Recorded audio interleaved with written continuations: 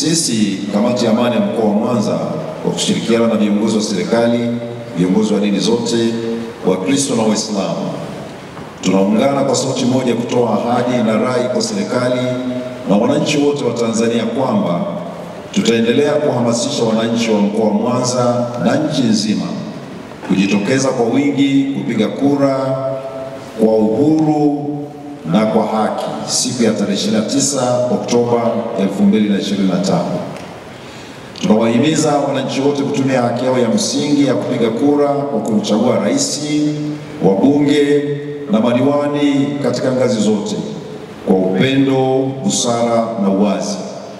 Baada ya kumaliza zoezi la kupiga kura, tunawasihi sana wote warejee majumbani kwao kwa utulivu, bila vurugu na bila maneno ya chuki, ili kudumisha taswira njema ya taifa letu ambalo ni taifa la amani. Aidha, tutaendelea kwa sala, dua na maombi tukimwomba Mungu aibariki Tanzania, aendelee kutupa hekima, umoja na amani katika kipindi chote cha uchaguzi na hata baada ya hapo. Tukumbuke kwamba amani ni nguzo ya maendeleo, umoja ni nguvu na upendo ni suluhisho la kila changamoto. Na tuombe vyombo vyote vinavyosimamia uchaguzi kwa pamoja tudumishe amani, mshikamano na upendo kwa maendeleo endelevu ya taifa letu. Mungu ibariki nchi yetu ya Tanzania na asanteni sana. Tusidanganyane, amani kwanza. Haki tukapige kura, na kuacha kwenda kupiga kura ni kujidhulumu. Kwa sababu utaacha akachaguliwa ambaye wewe hutaki, atachaguliwa asiyefaa, halafu ndani ya miaka mitano utabaki unajuta juto la Firauni. Hatuwezi kujuta sisi. Twende tukachague, tujitokeze tukachague. Lakini na mimi nikazie maneno ya askofu wakati namaliza. Tunapokwenda kuchagua lazima tupime. Tumefanya kazi nzuri ya kuassess hapa. Tunakwenda kuangalia chama hichi, mgombea wa rais, mgombea wa bunge, mgombea wa diwani. Tunakwenda kuwasikiliza. Wako wanaosema tutafanya, tupeni kura, tutafanya. Wako wanaosema hivyo. Wako wanaosema mimi nikiingia nitashauri. Lakini yuko anasema mimi nitaendeleza. Sasa akili kichwani kwako, ukamchague nani?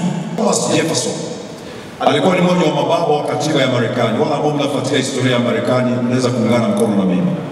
Aliwahi kusema ya kwamba uhuru kamili wa nchi yeyote ni uwezo wa wale watu kujua katiba yao inasema nini na kuifuata. Inasema sio kujua tu inasema nini, lakini na kuifuata pia. Kama mimi ninasema ni Mtanzania na nina katiba yangu na siwezi kuifuata katiba yangu kwa taratibu ambazo mimi mwenyewe nimekubali, basi bado mimi ni mtumwa wa fikra. Kwa hiyo ninawaombeni sana ndugu zangu ya kwamba twendeni tukapige kura.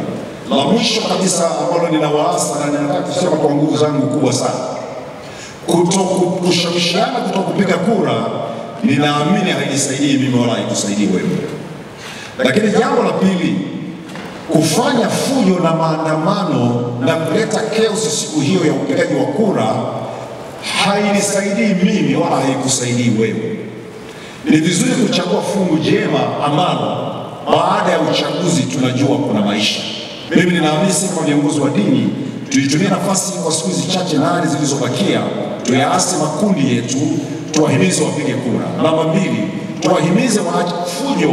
Kuna mwanafalsafa mmoja anasema hivi, vita haitafuti mtu aliye sahihi, lakini vita huwa inatafuta mtu aliyesalia ili imalize. Kwa hiyo tukiingia kwa sababu ya mihemko ya kushawishiana katika makundi yetu, viongozi wangu wenzangu wa dini, tutaiharibu nchi, tutaharibu tume ya nchi hii, na mwisho wa siku, baada ya siku ya uchaguzi, tutaregret ya kwamba hatukufanya maamuzi sahihi na hatukuwaongoza watu wetu kusimama katika njia iliyo sahihi.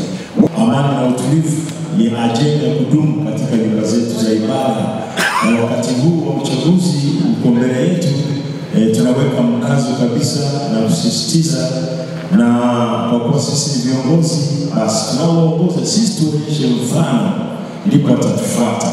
Tumebakisha tu tarehe chache ili tufikie kwenye uchaguzi kubwa.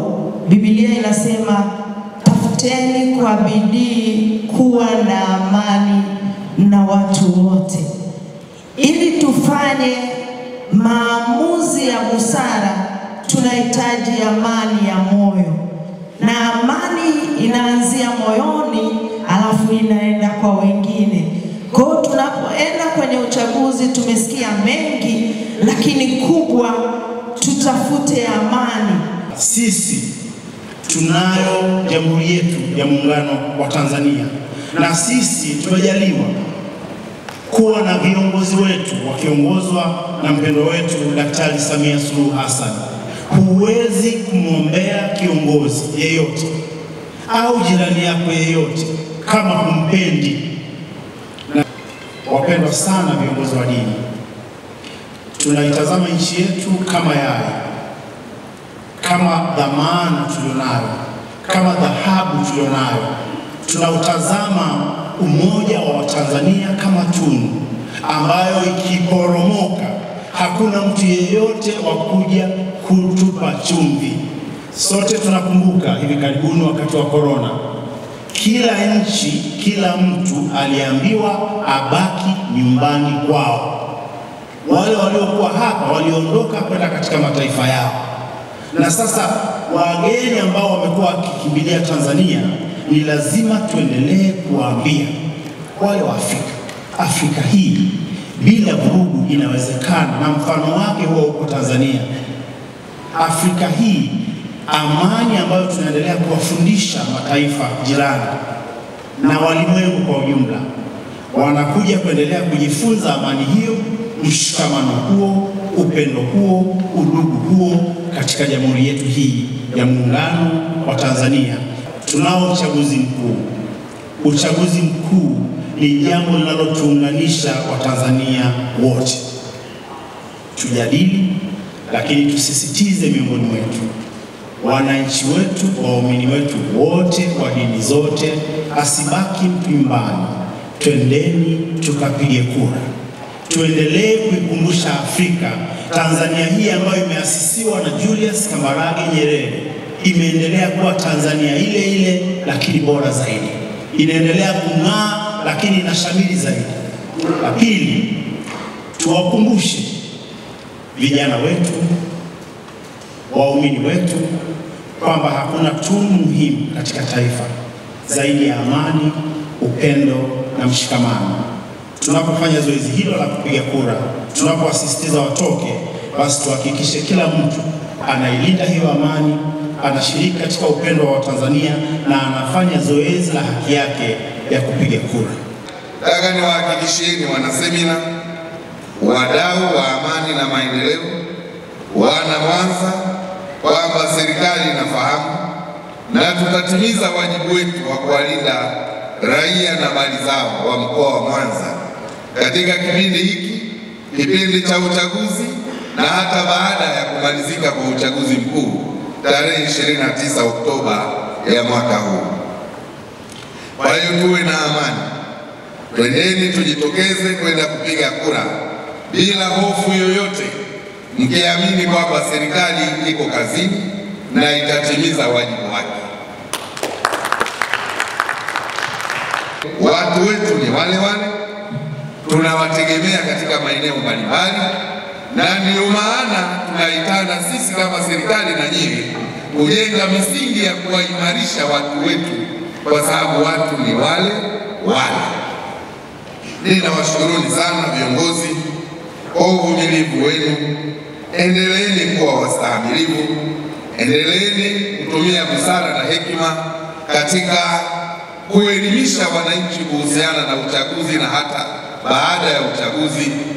Lakini nimalize kwa kusema, serikali yetu wakati wowote viongozi wa dini wanapokuwa na mambo wanayoyaona hayako sawa, wanayo fursa pia ya kuomba kukutana na viongozi wakuu wa serikali, wakakutana nao, wakasikilizwa na wakatoa maoni na ushauri wao.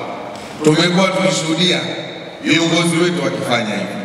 Kwa hiyo hizi ni njia bora zaidi za kufanya ili kuimarisha na kuleta umoja, mshikamano na upendo katika taifa letu. Usisahau kusubscribe, like na kubonyeza alama ya kengele. Asante.